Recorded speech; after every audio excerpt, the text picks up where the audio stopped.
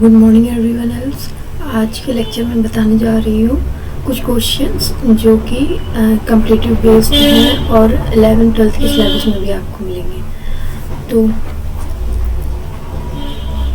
Start करते हैं questions से।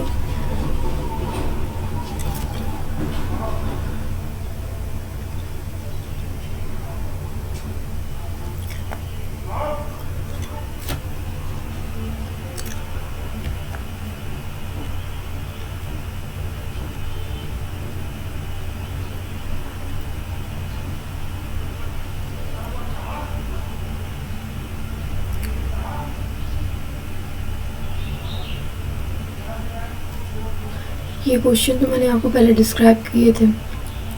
इसके अलावा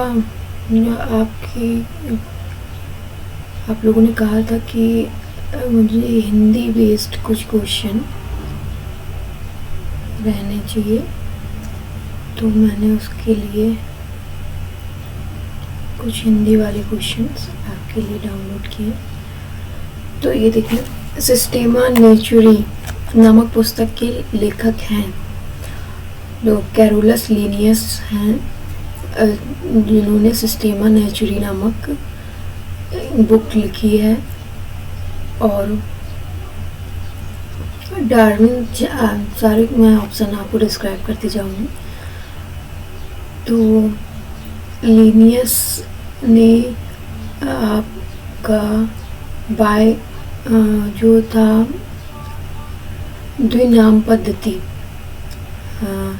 जिसमें से कि आपको जाति और वंश दोनों का नाम देखने को मिलता था, जीनस और स्पीसीज, तो वो भी दिया था लिनियस ने। और ये जो सिस्टेमा नेचुरी नाम की एक बुक है वो भी उन्होंने लिखी थी। और डार्विन का तो सिद्धांत आप जानते हैं कि सर्वाइवल ऑफ द फिटेस्ट इन्होंने दिया था। और मेंडल से आप मटर के बीज का जो उन्होंने आनुवंशिकता के ऊपर, हेरिडिटी के ऊपर जो उन्होंने अपना प्रयोग किया था, उसको इसके बारे में हम जानते हैं। और जॉन रे से जो है वो शायद आरएनए से ये संबंधित हैं। तो इस तरीके से ये सभी एक वैज्ञानिक रहे हैं। और लिनियस ने ये सिस्टेमा नेचुरी नामक बुक लिखी है। यूग्लिना में पर्णहरिम क्लोरोफिल होता है, फिर भी इसे जंतु मानते हैं क्योंकि यह यूग्लिना एक पानी में पाया जाने वाला एक जो एक तरीके से एक कोष की एक जंतु की तरीके मानते हैं इसको। और क्लोरोफिल जो है वो पत्तियों में पाया जाता है, जो कि प्रकाश संश्लेषण करने में सहायता करता है। तो इसमें यही पूछा गया है कि यूग्लिना एक जंतु है जो कि पानी में पाया जाता है, तो हम इस पे ये पर्णहरिम क्यों पाया जाता है और ये क्या है। तो एक टर्म और बता रही हूँ कि यूग्लिना को हम पेड़ और जंतु के बीच की कड़ी मानते हैं।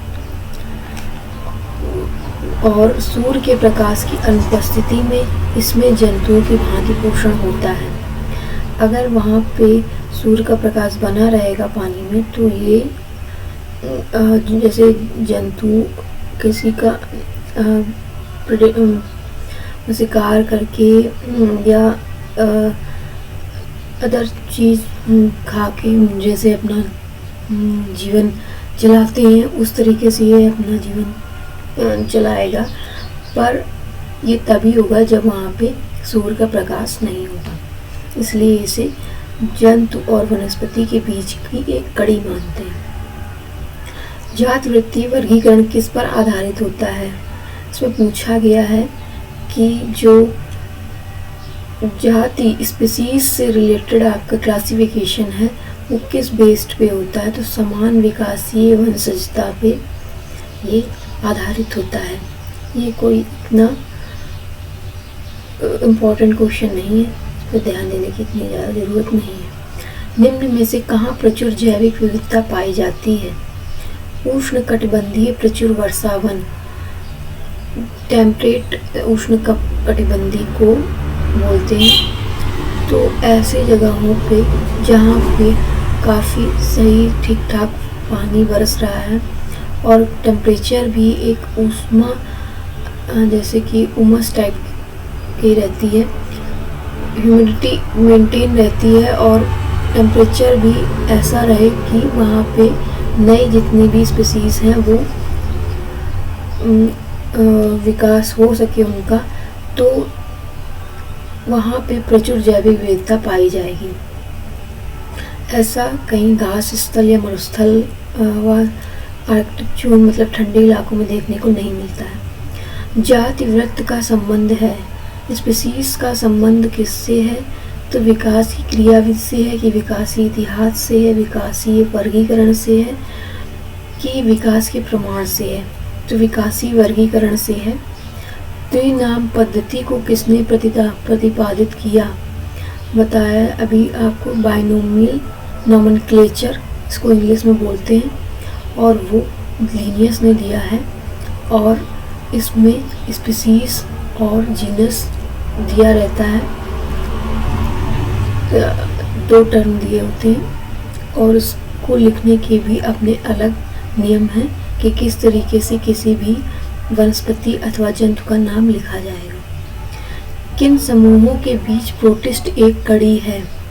प्रोटिस्टा फाइलम है एक, और उसको पूछा गया है कि वो एक किसके समूह के बीच की कड़ी है? वायरस तथा जीवाणु की ही नहीं, जीवाणु तथा साइनोबैक्टीरिया की नहीं, मोनेरा तथा बहुकोशिकीय जीव के बीच की, यही सही आंसर है। मोनेरा तथा बहुकोशिकीय जीव के बीच की कड़ी ही प्रोटिस्टा कहलाती है। तो जब आप फाइलम पढ़ेंगे तो प्रोटिस्टा के पहले आपको मोनेरा मिलेगा और उसके बाद आपको बहुकोशिकीय जीव मतलब यूकैरियोटिक मिलेंगे, और मोनेरा को प्रोकैरियोटिक के अंतर्गत रखा जाता है और बहुकोशिकीय जीवों को यूकैरियोटिक के अंतर्गत रखा जाता है। और प्रोटिस्टा जो प्रोकैरियोटिक और यूकैरियोटिक दोनों में अपने आपको ढाल सके किसी भी कंडीशन पे, जैसे कि यूग्लिना के बारे में कहा गया है, वो यूग्लिना प्रोटिस्टा एक फाइलम के अंतर्गत आता है। तो इस कंडीशन को हम प्रोटिस्टा में रखते हैं और वो प्रो और यू के बीच में आता है। स्पीसीज प्लांटेरम नामक पुस्तक के लेखक थे। तो अभी जो सिस्टेमा नेचुरी था वो भी लिनियस ने ही लिखा, और स्पीसीज प्लांटेरम नामक पुस्तक भी लिनियस ने ही लिखी है। लैमार्क का सिद्धांतवाद आपने नहीं पढ़ा है तो बता दूंगी। और लैमार्क के सिद्धांत में आपने वही पढ़ा है कि कैसे जीवन की उत्पत्ति हुई, यही उन्होंने बताया आपने। पंच जगत वर्गीकरण का प्रतिपादित किसने किया? लिनियस ने नहीं, व्हीटेकर ने किया। 5 किंगडम क्लासिफिकेशन इसका नाम है इंग्लिश में। तो इसका जो प्रतिपादन मतलब इसको जो डिनोट किया इन्होंने बताया, तो वो व्हीटेकर ने बताया। नेक्स्ट आते तो वनस्पति विज्ञान के पिता कौन कहलाते हैं?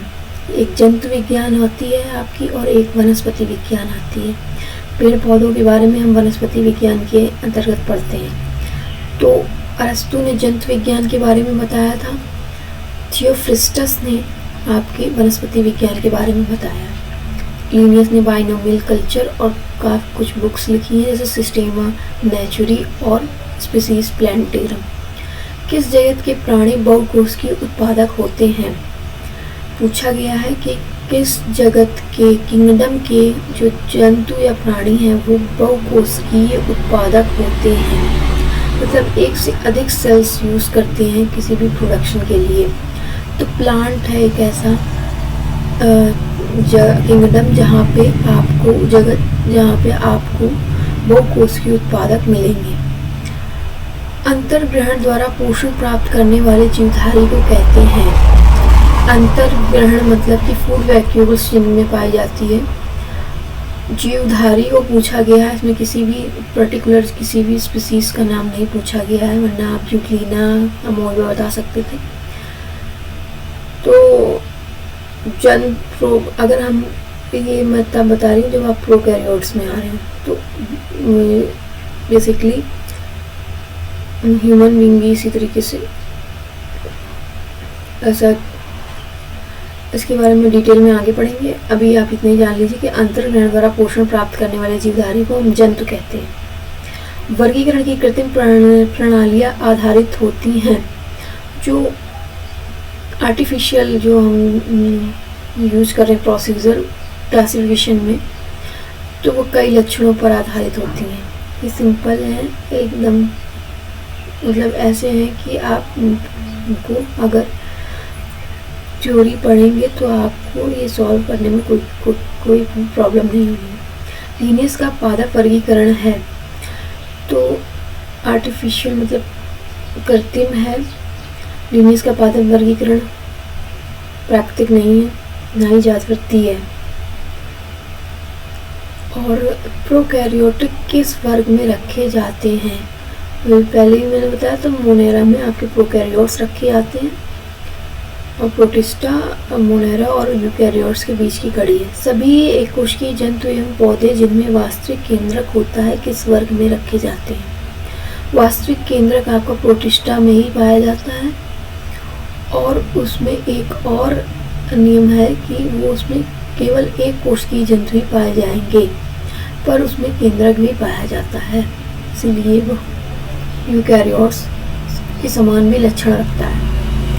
नील हरित शैवालों को रखा गया है, प्रोकैरियोट्स में रखा गया है। ब्लू ग्रीन एल्गा को आपका प्रोकैरियोट्स में रखा गया। तो ये क्वेश्चंस हैं जो काफ़ी इम्पोर्टेंट्स हैं। जैसे ये लीनियस के बारे में पूछा जाता है, बाइनोमियल नोमेनक्लेचर किसने दिया प्रोकैरियोट्स में, किसके बीच की कड़ी है, मोनेरा और यूकैरियोट्स के बीच की कड़ी है, और ब्लू ग्रीन एल्गा को किसमें रखा जाता है। सब क्वेश्चन आपके बनते हैं, तो इन्हें रिवाइज कीजिएगा। ओके, हम नेक्स्ट लेक्चर में फिर से मैं कुछ क्वेश्चन एक्सप्लेन करूँगी। Thank you for all.